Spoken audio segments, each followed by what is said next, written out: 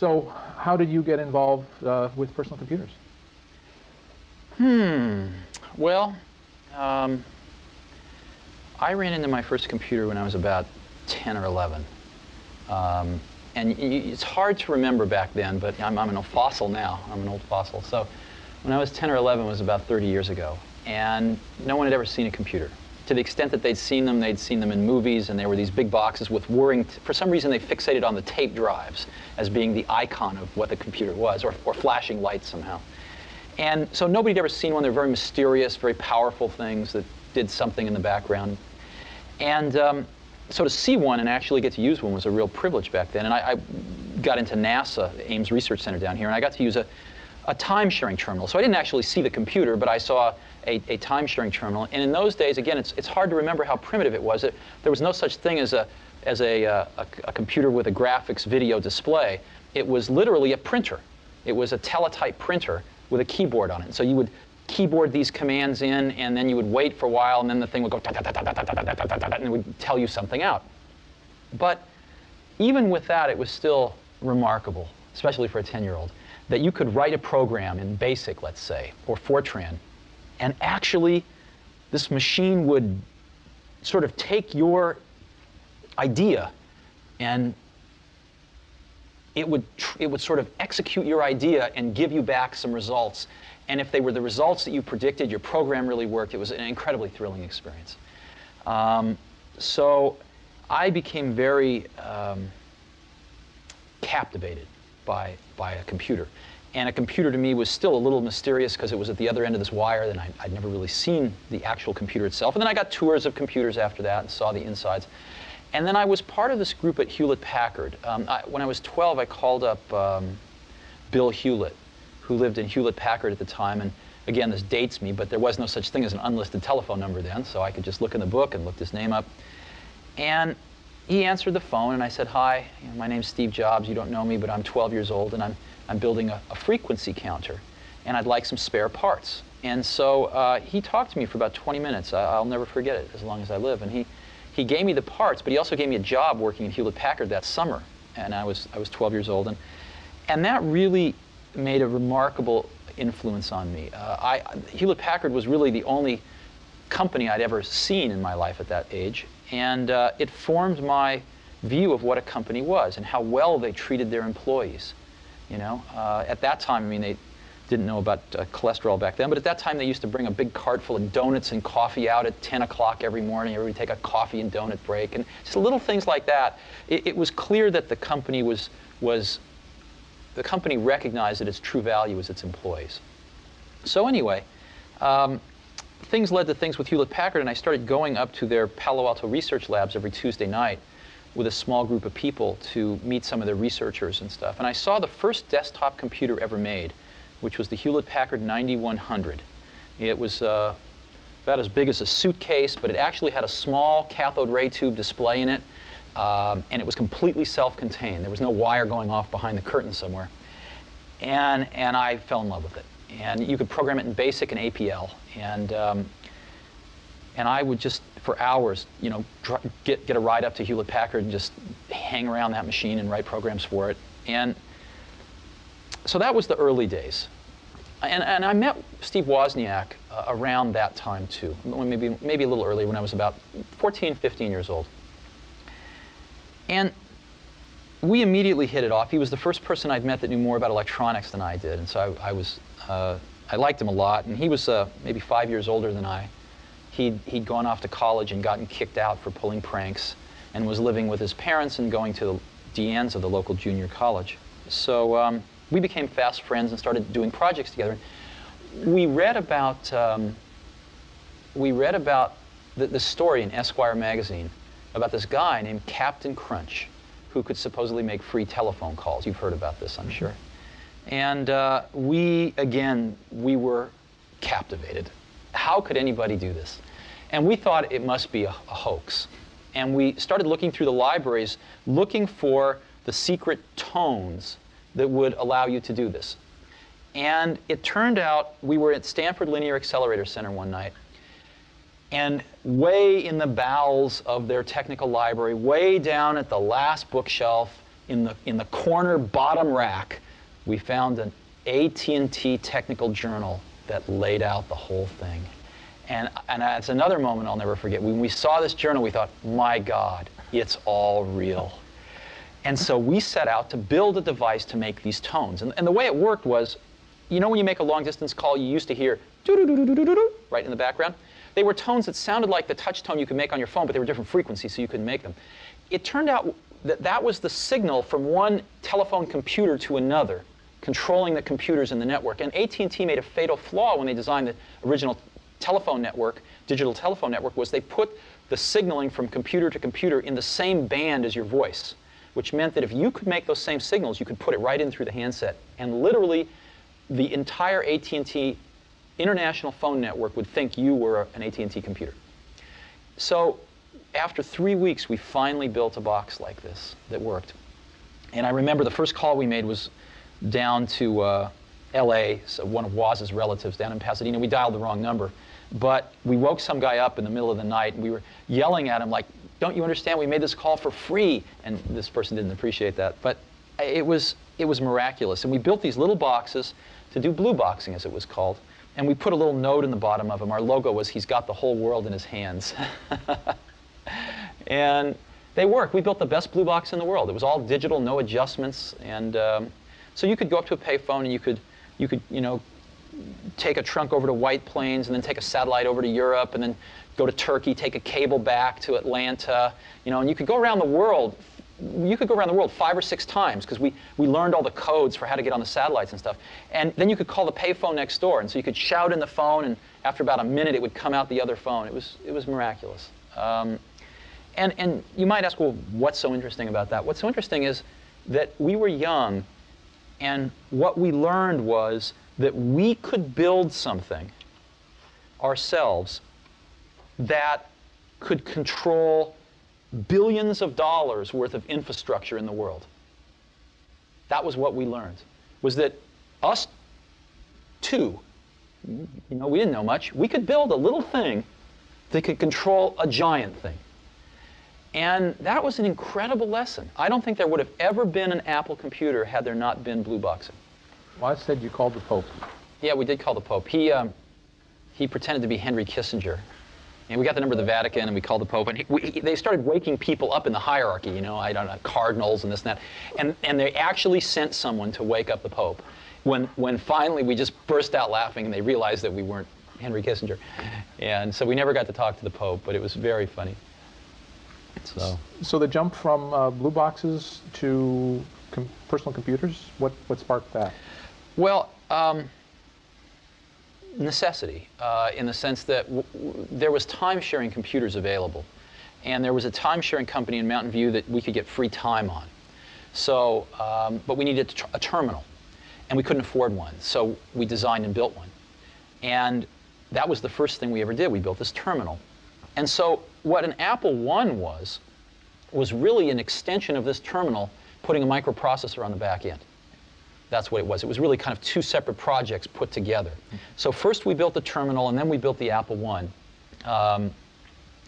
And we really built it for ourselves because we couldn't afford to buy anything.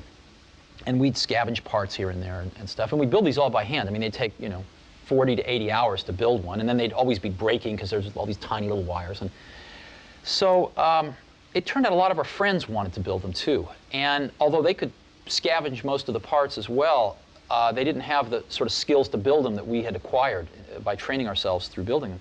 And so we ended up helping them build most of their computers, and it was really taking up all of our time. And we thought, if we could make what's called a printed circuit board, which is a piece of fiberglass with copper on both sides that's etched to form the wires, so that you could build a computer, you could build an Apple I in a few hours instead of 40 hours. If we only had one of those, we could sell them to all our friends for as much as it cost us to make them and make our money back, and everybody be happy, and we'd say we get a life again. So we did that. I sold my Volkswagen bus, and Steve sold his calculator, and we got enough money to pay a friend of ours to make the artwork to make a printed circuit board. And we made some printed circuit boards, and we sold some to our friends. And I was trying to sell the rest of them so that we could get our microbus and calculator back. And I walked into the first computer store in the world, which was the Byte Shop of Mountain View, I think, on El Camino. It metamorphosized into an adult bookstore a few years later. But at this point, it was the Byte Shop. And the person that ran that, I think his name was Paul Terrell, he said, you know, I'll take 50 of those. I said, this is great. He said, but I want them fully assembled. We'd never thought of this before. So we then kicked this around. We thought, why not? Why not try this? And so I spent the next several days on the phone talking with electronics parts distributors. We didn't know what we were doing. And we said, look, here's the parts we need. We figured we'd buy 100 sets of parts, build 50, sell them to the Byte Shop for twice what it cost us to build them, therefore paying for the whole 100, and then we'd have 50 left, and we could make our profits by selling those. So we convinced these distributors to give us the parts on net 30 days credit. We had no idea what that meant. Net 30, sure, sign here. And so we had 30 days to pay them. And so we bought the parts, we built the products, and we sold 50 of them to the Byte Shop in Palo Alto and got paid in 29 days, and then went and paid off the parts people in 30 days. And so we were in business. But we had the classic Marxian profit realization crisis in that our profit wasn't in a liquid currency. Our profit was in 50 computers sitting in the corner. So then all of a sudden we had to think, wow, how are we going to realize our profit? And so we started thinking about distribution. Are there any other computer stores? And we started calling the other computer stores that we'd heard of across the country, and we just kind of eased into business that way. The third key figure in the creation of Apple was former Intel executive Mike Markkula. I asked Steve how he came aboard. We were designing the Apple II, and we really had some much higher ambitions for the Apple II. Woz's ambitions were he wanted to add color graphics. My ambition was that it was very clear to me that while there were a bunch of hardware hobbyists that could assemble their own computers, or at least take our board and add the transformers for the power supply and the case and the keyboard and go get a, et cetera, go get the rest of the stuff. For every one of those, there were 1,000 people that couldn't do that but wanted to mess around with programming. Software hobbyists. Just like I had been when I was, 10, discovering that computer. And so my dream for the Apple II was to sell the first real packaged computer, packaged personal computer, where you didn't have to be a hardware hobbyist at all. And so combining both of those dreams, we actually designed the product. And I found a designer, and we designed the packaging and everything. And we wanted to make it out of plastic, and we had the whole thing ready to go, but we needed some money for tooling the case and things like that. We needed a few $100,000. And this was way beyond our means. So I went looking for some venture capital. And I ran across one venture capitalist named Don Valentine, who came over to the garage, and he later said I looked like a renegade from the human race. That was his famous quote. And he said he wasn't willing to invest in us, but he recommended a few people that might, and one of them was Mike Markkula. So I called Mike on the phone, and Mike came over, and Mike had retired at about 30 or 31 from Intel. He was a product manager there and gotten a little bit of stock, and made like $1 million on stock options, which at that time was quite a lot of money. And he'd been investing in oil and gas deals and kind of staying home and doing that sort of thing. And he, I think, was kind of antsy to get back into something. And Mike and I hit it off very well.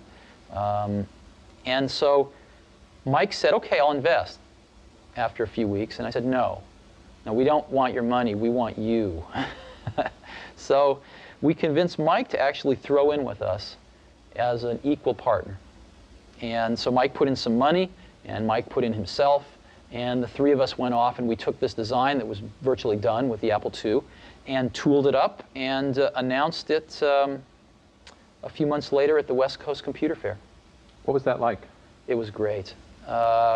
We got the best. I mean, the West Coast Computer Fair was small at that time, but to us it was very large. And so we had this fantastic booth there. We had a projection television showing the Apple II and showing its graphics, which today look very crude, but at that time were by far the most advanced graphics on a personal computer. And I think, my recollection is we stole the show. And a lot of dealers and distributors started lining up, and we were off and running. How old were you? 21. 21. Yeah. You're 21. You're a big success. You just sort of done it by the seat of your pants. You don't have any particular training in this.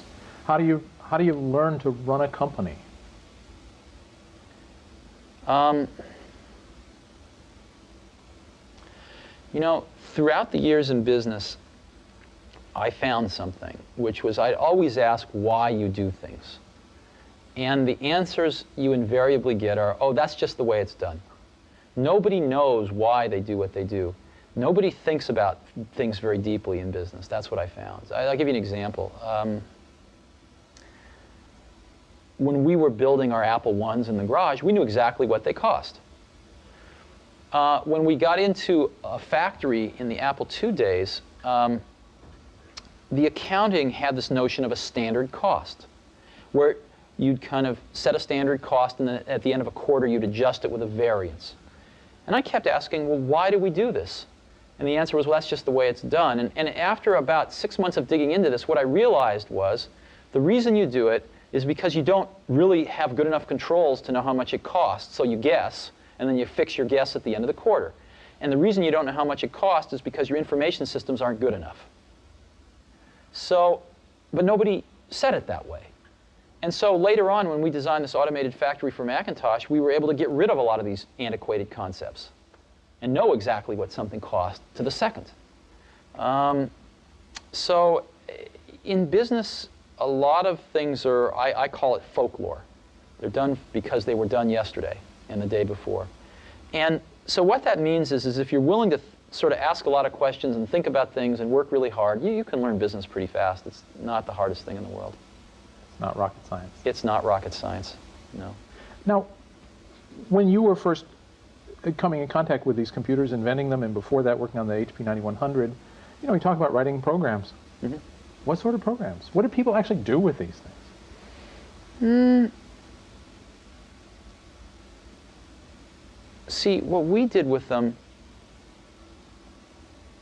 well, I'll give you a simple example. When we were designing our Blue Box, we wrote a lot of custom programs to help us design it. You know, and to do a lot of the dog work for us in terms of calculating master frequencies with subdivisors to get other frequencies and things like that. We used the computer quite a bit to calculate, you know, how much error we would get in the frequencies and how much could be tolerated. So we used them in our work, but much more importantly, it had nothing to do with using them for anything practical. It had to do with using them to be a mirror of your thought process, to actually learn how to think. In other words, I think the greatest value of learning I think everybody in this country should learn how to program a computer, should learn a computer language, because it teaches you how to think. It's like going to law school. I don't think anybody should be a lawyer, but I think going to law school would actually be useful because it teaches you how to think in a certain way, in the same way that computer programming teaches you in a slightly different way how to think. And so I view computer science as a liberal art. It should be something that everybody learns, you know, takes a year in their life. One of the courses they take is, you know, learning how to program. Yeah, but I learned APL, which, you know, obviously is part of the reason why I'm going through life sideways. Well, was it you look back and consider it an enriching experience that taught you to think in a different way, or not? No, not that particularly. Okay. Not other languages, perhaps more so. Yeah. But I started with APL. Uh-huh. I mean, obviously, the Apple II was a terrific success. Yeah. Just incredibly so. And the company grew like Topsy, and eventually went public, and you guys got really rich. What's it like to get rich? It's very interesting. I was worth about over $1 million when I was 23, and over $10 million when I was 24, and over $100 million when I was 25. And it wasn't that important because I never did it for the money. I think money is a wonderful thing because it enables you to do things. It enables you to invest in ideas that don't have a short-term payback and things like that. But especially at that point in my life, it was not the most important thing. The most important thing was the company, the people, the products we were making, what we were going to enable people to do with these products. So I didn't think about it a great deal. You know, I never sold any stock, and just really believed that the company would do very well over the long term. Central to the development of the personal computer was the pioneering work being done at Xerox's Palo Alto Research Center, which Steve first visited in 1979.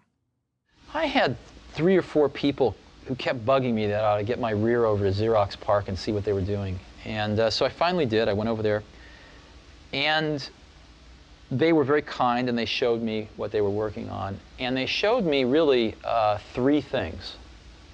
But I was so blinded by the first one that I didn't even really see the other 2. One of the things they showed me was object-oriented programming. They showed me that, but I didn't even see that. The other one they showed me was really a networked computer system. They had over 100 Alto computers, all networked, using email, et cetera, et cetera. I didn't even see that. I was so blinded by the first thing they showed me, which was the graphical user interface. I thought it was the best thing I'd ever seen in my life. Now, remember, it was very flawed. What we saw was incomplete. They'd done a bunch of things wrong, but we didn't know that at the time. It's still, though, they had the germ of the idea was there, and they'd done it very well. And within, 10 minutes, it was obvious to me that all computers would work like this someday. It was obvious. I mean, you could argue about how many years it would take. You could argue about who the winners and losers might be, but you couldn't argue about the inevitability of it. It was so obvious. You would have felt the same way had you been there. Those are the exact words that Paul Allen used. Yeah. It's really interesting. Yeah, it was obvious. But there were two visits. You saw it, then you brought some people back with you? Yeah. And what happened the next time? They made you cool your heels for a while. No. No? Well, Adele Goldberg says otherwise. What do you mean? Well, she did the demo when the group came back, and she said that she argued against doing it for 3 hours. And they took you other places and showed you other things while she was arguing. You mean they were reluctant to show us the demo? She was. Oh, okay. Oh, I have no idea. Oh, okay. Yeah, I don't remember that. I thought you meant something else. So they were very skillful. Yeah. But they did show us. Yeah. So, and it's good that they showed us because the technology crashed and burned at Xerox. And they used to call what's that? No, I was just... Why? Yeah, why? Oh, I actually thought a lot about that. And I learned more about that with John Scully later on, and I think I understand it now pretty well. What happens is, like with John Scully, John came from PepsiCo, and they at most would change their product, once every 10 years. I mean, to them, a new product was like a new size bottle, right? So if you were a product person, you couldn't change the course of that company very much. So who influenced the success of PepsiCo? The sales and marketing people. Therefore, they were the ones that got promoted, and therefore they were the ones that ran the company. Well, for PepsiCo, that might have been okay, but it turns out the same thing can happen in technology companies that get monopolies, like, IBM and Xerox. If you were a product person at IBM or Xerox, so you make a better copy or a better computer. So what? When you have a monopoly market share, the company's not any more successful. So the people that can make the company more successful are sales and marketing people, and they end up running the companies. And the product people get driven out of the decision-making forums. And the companies forget what it means to make great products. Sort of the product sensibility and the product genius that brought them to that monopolistic position gets rotted out by people running these companies who have no conception of a good product versus a bad product. They have no conception of the craftsmanship that's required to take a good idea and turn it into a good product. And they really have no feeling in their hearts, usually, about wanting to really help the customers. So that's what happened at Xerox. The people at Xerox PARC used to call the people that ran Xerox toner heads. And these toner heads would come out to Xerox PARC, and they just had no clue about what they were seeing. And for our audience, toner is what? Oh, toner. Toner is what you put into a copier. Yeah, the toner that you add to an industrial copier. The black stuff. The black stuff, yeah. So basically, they were copier heads that just had no clue about a computer or what it could do. And so they just grabbed defeat from the greatest victory in the computer industry. Xerox could have owned the entire computer industry today. Could have been, a company 10 times its size. Could have been IBM. Could have been the IBM of the 90s. Could have been the Microsoft of the 90s. So, but anyway, that's all ancient history. It doesn't really matter anymore. Sure. You mentioned IBM. When IBM entered the market, was that a daunting thing for you at Apple? Oh, sure. Here was Apple, a $1 billion company, and here was IBM at that time, probably about a $30-some-odd billion company entering the market. Sure it was. It was very scary. We made a very big mistake, though. IBM's first product was terrible.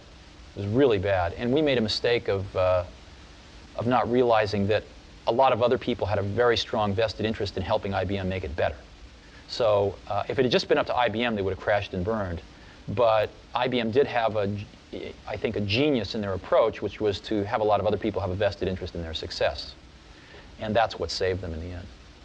So you came back from visiting Xerox PARC with a vision, and how did you implement the vision? Well, I got our best people together and started to get them working on this. The problem was that we'd hired a bunch of people from Hewlett-Packard, and they didn't get this idea.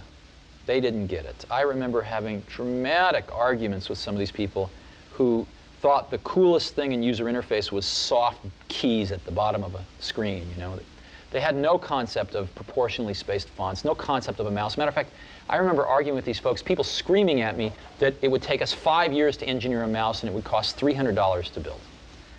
And I finally got fed up. I just went outside and found David Kelly Design and asked him to design me a mouse. And in 90 days, we had a mouse we could build for 15 bucks that was phenomenally reliable. So I found that, in a way, Apple did not have the caliber of people that was necessary to seize this idea in many ways. And there was a core team that did, but there was a larger team that mostly had come from Hewlett-Packard that didn't have a clue. Well, it becomes this issue of professionalism. There's a dark side and a light side to it, isn't Well, no, you know what it is? No, it's not dark and light. It's that people get confused. Companies get confused. When they start getting bigger, they want to replicate their initial success. And a lot of them think, well, somehow there's some magic in the process of how that success was created. So they start to try to institutionalize process across the company. And before very long, people get very confused that the process is the content. And that's ultimately the downfall of IBM. IBM has the best process people in the world. They just forgot about the content. And that's what happened a little bit at Apple, too. We had a lot of people who were great at management process. They just didn't have a clue as to the content. And in my career, I found that the best people, you know, are the ones that really understand the content, and they're a pain in the butt to manage, you know. But you put up with it because they're so great at the content. And that's what makes great products. It's not process, it's content.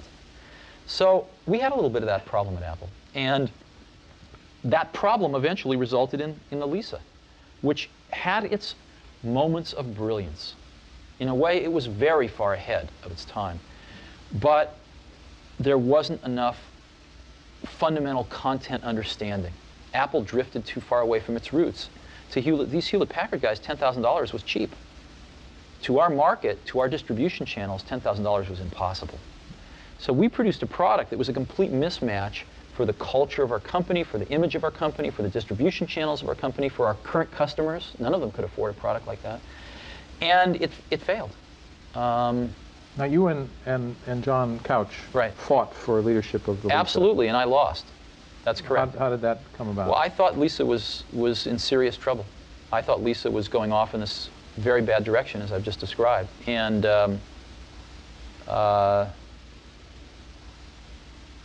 I could not convince enough people in the senior management of Apple that that was the case.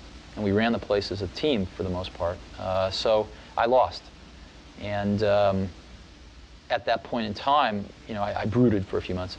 But it was not very long after that it really occurred to me that if we didn't do something here, the Apple II was running out of gas. And we needed to do something with this technology fast, or else Apple might cease to exist as the company that it was. And so I formed a small team to do the Macintosh. And you know, we were on a mission from God, you know, to save Apple. No one else thought so, but it turned out we were right. And as we evolved the Mac, it became very clear that this was also a way of reinventing Apple. We reinvented everything. We reinvented manufacturing. I visited probably 80 automated factories in Japan, and we built the world's first automated computer factory in the world in California here. So we adopted the 68,000 microprocessor that Lisa had. We negotiated a price that was a fifth of what Lisa was going to pay for it because we were going to use it in much higher volume. And we really started to design this product that could be sold for $1,000, called the Macintosh. And we didn't make it. We could have sold it at $2,000, although we came out at $2,500. And we spent 4 years of our life doing that. We built the product. We built the automated factory, the machine to build the machine. We built a completely new distribution system. We built a completely different marketing approach. And I think it worked pretty well. Now, you motivated this team. I mean, you had to guide them. We had to build the team. Yeah, we build a team, motivate it, guide them, deal with them. You know, we've interviewed just lots and lots of people from the Macintosh team, Good. and you know what it keeps coming down to is your passion, your vision, and you know, how do you order your priorities in there? What's important to you in the development of a product?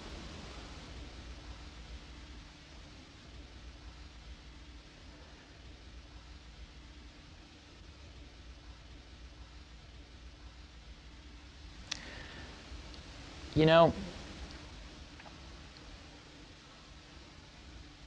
one of the things that really hurt Apple was after I left, John Sculley got a very serious disease.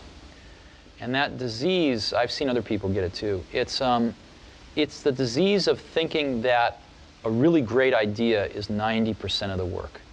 And that if you just tell all these other people, you know, here's this great idea, then of course they can go off and make it happen.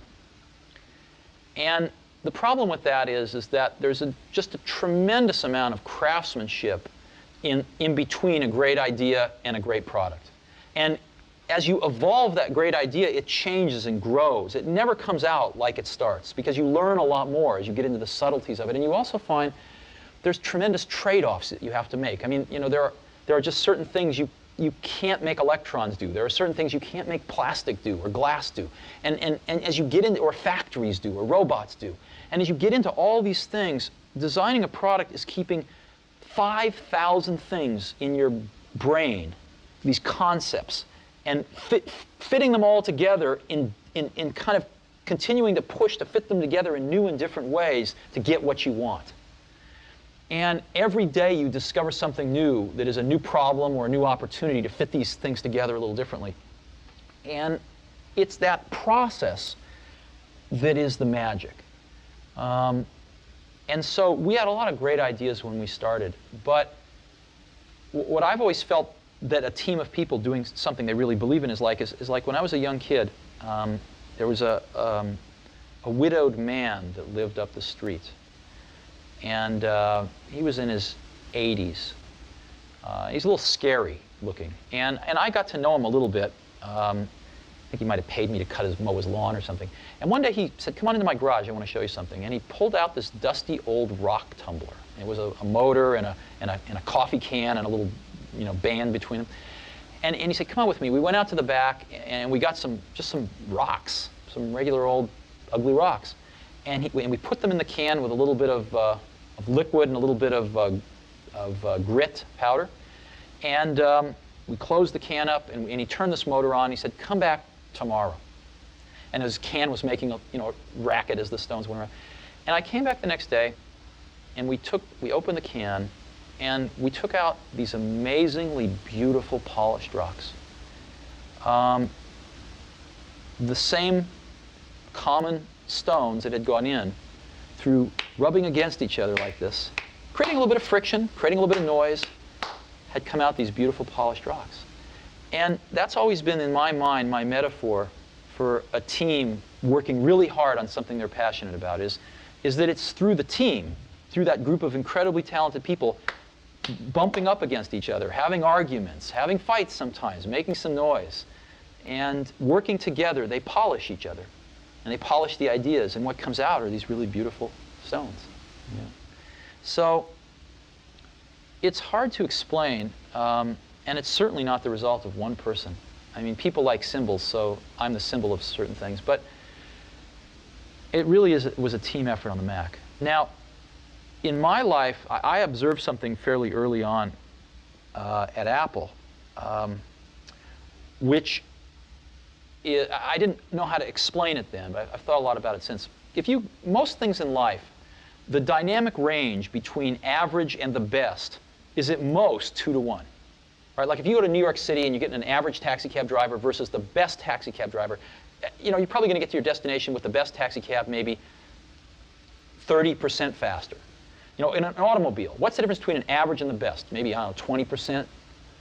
The best CD player and an average CD player, I don't know, 20%. So 2 to 1 is a big, big dynamic range in most of life. In software, and it used to be the case in hardware too, the difference between average and the best is 50 to 1, maybe 100 to 1. Easy. Okay? Yeah. Very few things in life are like this, but what I was lucky enough to spend my life in is like this. And so I've built a lot of my success off finding these truly gifted people and not settling for B and C players, but really going for the A players. And I found something. I found that when you get enough A players together, when you go through the incredible work to find, you know, 5 of these A players, they really like working with each other because they've never had a chance to do that before. And they don't want to work with B and C players. And so it becomes self-policing. And they only want to hire more A players. And so you build up these pockets of A players, and it propagates. And that's what the Mac team was like. They were all A players. And these were extraordinarily talented people. So. But there are also people who now say that they don't have the energy anymore to work for you. Mm-hmm. Sure. Oh, I think if you talk to a lot of people on the Mac team, they will tell you it was the hardest they've ever worked in their life. Some of them will tell you it was, you know, the happiest they've ever been in their life. But I think all of them will tell you that it is certainly one of the most intense and cherished experiences they will ever have in their life. Mm-hmm. Yeah, they did. So, you know, it's some of those things you are not sustainable for some people. What does it mean when you tell someone their work is shit? It usually means their work is shit. Sometimes it means I think your work is shit and I'm wrong. But usually it means their work is not anywhere near good enough. We have this great quote from Bill Atkinson who says, when you say someone's work is shit, you really mean, I don't quite understand it, would you please explain it to me? No, that's not usually what I meant. You know, when you get really good people, they know they're really good, and you don't have to baby people's egos so much. And what really matters is the work. And everybody knows that. That's all that matters is the work. So people are being counted on to do specific pieces of the puzzle. And the most important thing I think you can do for somebody who's really good and who's really being counted on is to point out to them when their work isn't good enough. And to do it very clearly and to articulate why and to get them back on track. And you need to do that in a way that does not call into question your confidence in their abilities, but leaves not too much room for interpretation that it's the work that they have done for this particular thing is not good enough to support the goal of the team. And that's a hard thing to do. And I've always taken a very direct approach. So, and I think if you talk to people that have worked with me, the really good people have found it beneficial. Some people have hated it, you know. But, and I'm also one of these people that I don't really care about being right, you know. I just care about success. So you'll find a lot of people that will tell you that I had a very strong opinion, and they, you know, presented evidence to the contrary, and 5 minutes later I completely changed my mind. Because I'm like that. I don't mind being wrong. And I'll admit that I'm wrong a lot. It doesn't really matter to me too much. What matters to me is that we do the right thing. So how and why did Apple get into desktop publishing, which would become the Mac's killer app? I don't know if you know this, but we got the first Canon laser printer engine shipped in the United States at Apple. And we had it hooked up to Elisa, actually imaging pages before anybody. Before HP, long before HP, long before Adobe. But I heard a few times people would tell me, hey, there's these guys over in this garage that left Xerox PARC, you ought to go see them. And I finally went and saw them, and I saw what they were doing, and it was better than what we were doing. And they were going to be a hardware company. They wanted to make printers and the whole thing. And so I talked them into being a software company. And we, within 2 or 3 weeks, we had canceled our internal project. A bunch of people wanted to kill me over this, but we did it. And I had cut a deal with Adobe to use their software, and we bought 19.9% of Adobe at Apple. They needed some financing. We wanted a little bit of control. And we were off to the races. And so we got the engines from Canon. We designed the first laser printer controller at Apple. And we got the software from Adobe, and we introduced the LaserWriter. And no one at the company wanted to do it but a few of us in the Mac group. Everybody thought a $7,000 printer was crazy. What they didn't understand was you could share it with AppleTalk. I mean, they understood it intellectually, but they didn't understand it viscerally, because the last really expensive thing we tried to sell was Lisa. So we pushed this thing through, and I had to basically do it over a few dead bodies, but we pushed this thing through, and it was the first laser printer on the market, as you know. And you know, the rest is history. When I left Apple, Apple was the largest printer company measured by revenue in the world. Wow. It lost that distinction to Hewlett-Packard about 3 or 4 years after I left, unfortunately. But when I left, it was the largest printer company in the world. Did you envision desktop publishing? Was that a no-brainer? You know,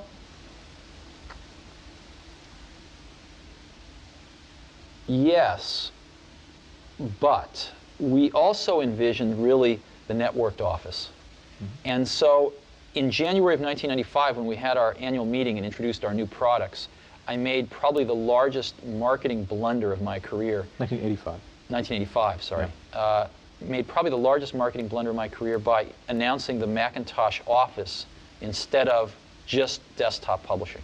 Mm. And we had desktop publishing as a major component of that, but we announced a bunch of other stuff as well, and I think we should have just focused on desktop publishing at that time. After serious disagreements with Apple's CEO John Sculley, Steve left the company in 1985.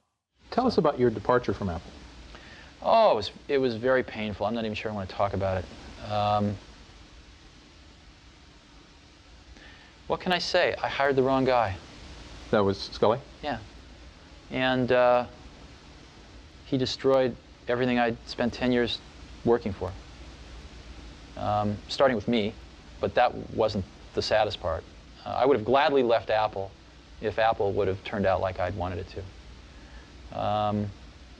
He basically got on a rocket ship that was about to leave the pad, and the rocket ship left the pad, and it kind of went to his head. He got confused and thought that he built the rocket ship. And then he kind of sort of changed the trajectory so that it was inevitably going to crash into the ground. Well, it was always in the pre-Macintosh days and the early Macintosh days, it was always the Steve and John show.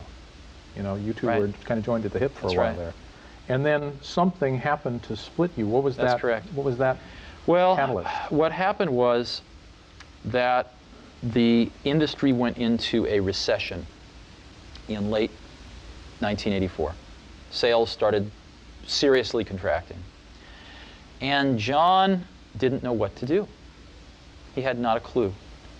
And there was a leadership vacuum at the top of Apple. There were fairly strong general managers running the divisions. I was running the Macintosh division. Somebody else was running the Apple II division, et cetera. There were some problems with some of the divisions. There was a person running the storage division that was completely out to lunch, and a bunch of things that needed to be changed. But all of those problems got put in a pressure cooker because of this contraction in the marketplace. And there was no leadership. And John was in a situation where the board was not happy and where he was probably not long for the company. And one thing I did not ever see about John until that time was he had an incredible survival instinct. Somebody once told me, this guy didn't get to be the president of PepsiCo without these kinds of instincts. And it was true. And John decided that a really good person to be the root of all these problems would be me. And so we came to loggerheads. And John had cultivated a very close relationship with the board, and they believed him. So that's what happened. So there were competing visions for the company. Oh, clearly. And Well, not so much competing visions for the company, because I don't think John had a vision for the company. well, I guess I'm asking, what was your vision that, Yeah. that lost out in this instance? It wasn't an issue of vision, it was an issue of execution, in the sense that my belief was that Apple needed much stronger leadership to sort of unite these various factions that we created with the divisions, that the Macintosh was the future of Apple, that we needed to rein back expenses dramatically in the Apple II area, that we needed to be spending very heavily in the Macintosh area, things like that. And John's vision was that he should remain the CEO of the company, and anything that would help him do that would be acceptable. So I think that Apple was in a state of paralysis in the early part of 1985, and I wasn't at that time capable, I don't think, of running the company as a whole. I was 30 years old, and I don't think I had enough experience to run a $2 billion company. Unfortunately, John did neither.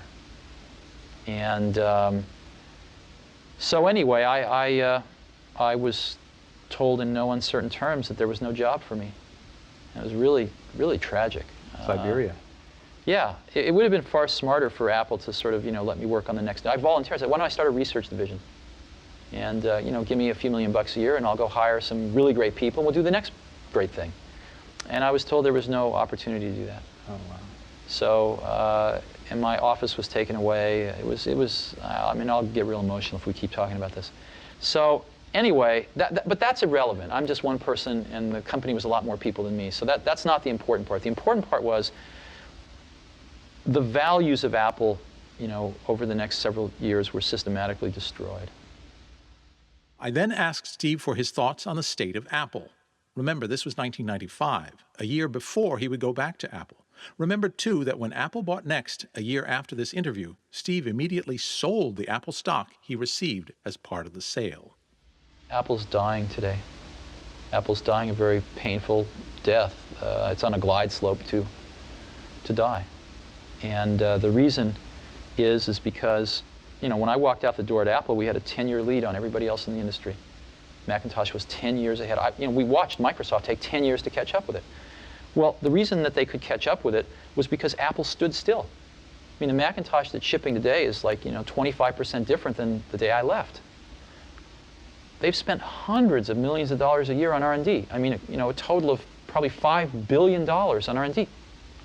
What did they get for it? I don't know. But it was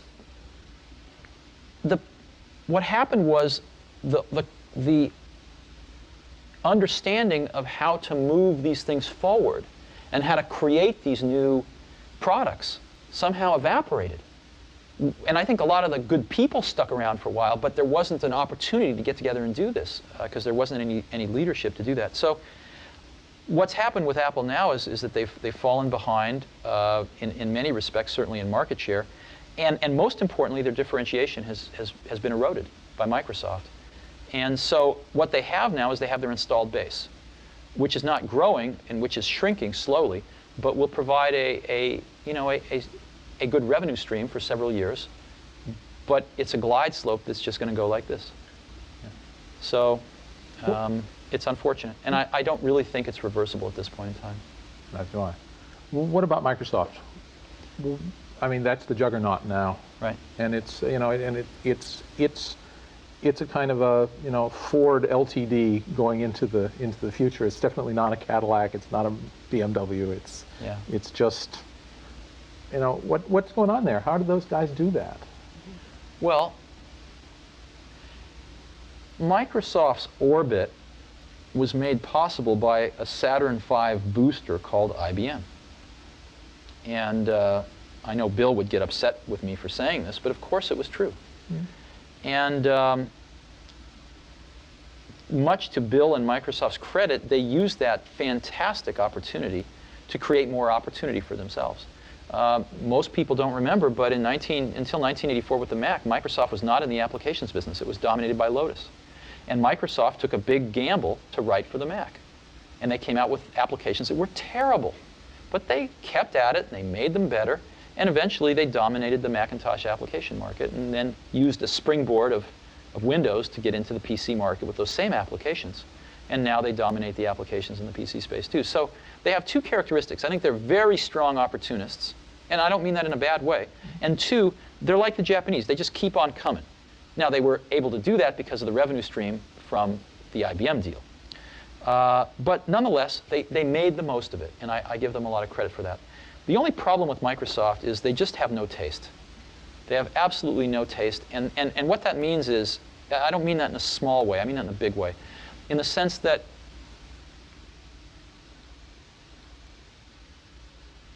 they don't think of original ideas, and they don't bring much culture into their product. And you say, well, why is that important? Well, proportionally spaced fonts come from typesetting and beautiful books. That's where one gets the idea. If it weren't for the Mac, they would never have that in their products. And so I guess I am saddened, not by Microsoft's success. I have no problem with their success. They've earned their success, for the most part. I have a problem with the fact that they just make really third-rate products. Their products have no spirit to them. Their products have no sort of spirit of enlightenment about them. They are very pedestrian. And the sad part is that most customers don't have a lot of that spirit either. But the way that we're going to ratchet up our species is to take the best and to spread it around to everybody so that everybody grows up with better things and starts to understand the subtlety of these better things. And Microsoft's just, it's McDonald's. So that's what saddens me. Not that Microsoft has won, but that Microsoft's products don't display more insight and more creativity. So what are you doing about it? Tell us about Next. Well, I'm not doing anything about it. Okay. Because Next is too small of a company to do anything about that. I'm just watching it. And there's really nothing I can do about it. Next, we talked about Next, the company Steve was running in 1995, which Apple was soon to buy. Next software would become the heart of the Mac in the form of OS X. You don't really want to hear about Next, do you? Yes, I do. You do? Okay.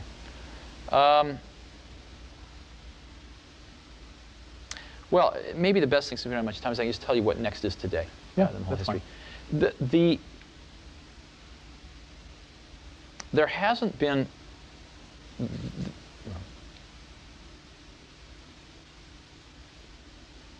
clearly the innovation in the computer industry is happening in software right now. And there hasn't been a revolution in how we create software in a long, sorry. The innovation in the industry is in software, and there hasn't ever been a real revolution in how we created software, certainly not in the last 20 years. As a matter of fact, it's gotten worse. While the Macintosh was a revolution for the end user to make it easier to use, it was the opposite for the developer. The developer paid the price, and software got much more complicated to write as it became easier to use for the end user. So, software is infiltrating everything we do these days. In businesses, software is one of the most potent competitive weapons. I mean, the most successful business war was friends and family, MCI's friends and family, in the last 10 years. And what was that? It was a brilliant idea, and it was custom billing software. AT&T didn't respond for 18 months, yielding billions of dollars worth of market share to MCI, not because they were stupid, but because they couldn't get the billing software done. So in ways like that, and in smaller ways, software is becoming an incredible force in this world. To provide new goods and services to people, whether it's over the internet or what have you, software is going to be a major enabler in our society. We have taken another one of those brilliant original ideas at Xerox PARC that I saw in 1979, but didn't see really clearly then, called object-oriented technology. And we have perfected it and commercialized it here and become the biggest supplier of it to the market. And this object technology lets you build software 10 times faster, and it's better. And so that's what we do. And we've got a small to medium-sized business. I mean, we're the largest supplier of objects, but we're a $50 to $75 million company. Got about 300 people, and that's what we do. And the end of the third show, actually, is the one moment where we do look into the future, because Channel 4 has asked us to do that. Sure. And so what's your vision of, 10 years from now with this technology that you're developing? Well, I think the internet and the web, there are two exciting things happening in software and in computing today. I think one is objects, but the other one is the web. The web is incredibly exciting because it is the fulfillment of a lot of our dreams that the computer would ultimately not be primarily a device for computation, but metamorphosize into a device for communication. And with the web, that's finally happening. And secondly, it's exciting because Microsoft doesn't own it, and therefore there's a tremendous amount of innovation happening. So I think that the web is going to be profound in what it does to our society. As you know, about 15% of the goods and services in the US are sold via catalogs or over the television. All that's going to go on the web and more. Billions and billions, soon tens of billions of dollars worth of goods and services are going to be sold on the web. If you could, a way to think about it is the ultimate direct-to-customer distribution channel. Another way to think about it is the smallest company in the world can look as large as the largest company in the world on the web. So I guess I think the web, as we look back 10 years from now, the web is going to be the defining technology, the defining social moment for computing. And I think it's going to be huge. I think it's breathed a whole new generation of life into personal computing. And I think it's going to be huge. Yeah. And you're making software that... Oh, absolutely. But so is everybody. I mean, just forget about what we're doing. Just as an industry, the web is going to open a whole new door to this industry. Yeah. It's another one of those things that it's obvious once it happens. But 5 years ago, who would have guessed? Right. That's right. Yeah. Isn't this a wonderful place we live in? I was keen to know about Steve's passion. What drove him? I read an article when I was very young in Scientific American, and it measured the efficiency of locomotion for various species on the planet. So for, bears and chimpanzees and raccoons and birds and fish, how many kilocalories per kilometer did they spend to move? And humans were measured too. And the condor won. It was the most efficient. And mankind, the crown of creation, came in with a rather unimpressive showing about a third of the way down the list. But somebody there had the brilliance to test a human riding a bicycle. Blew away the condor, all the way off the charts. And I remember this really had an impact on me. I really remember this, that humans are tool builders, and we build tools that can dramatically amplify our innate human abilities. And to me, we actually ran an ad like this very early at Apple, that the personal computer was the bicycle of the mind. And I believe that with every bone in my body, that of all the inventions of humans, the computer is going to rank near, if not at the top, as history unfolds and we look back.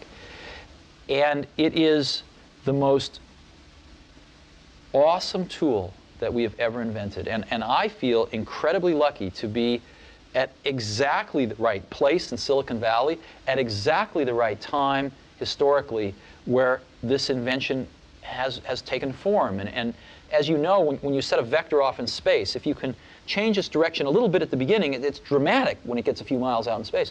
I feel we are still really at the beginning of that vector. And if we can nudge it in the right directions, it will be a much better thing as it progresses on. And I look, I think we've had a chance to do that a few times. And it brings, I think, all of us associated with it tremendous satisfaction. But how do you know what's the right direction?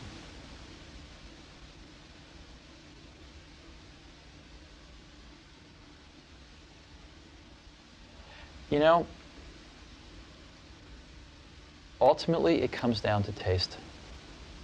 It comes down to taste. It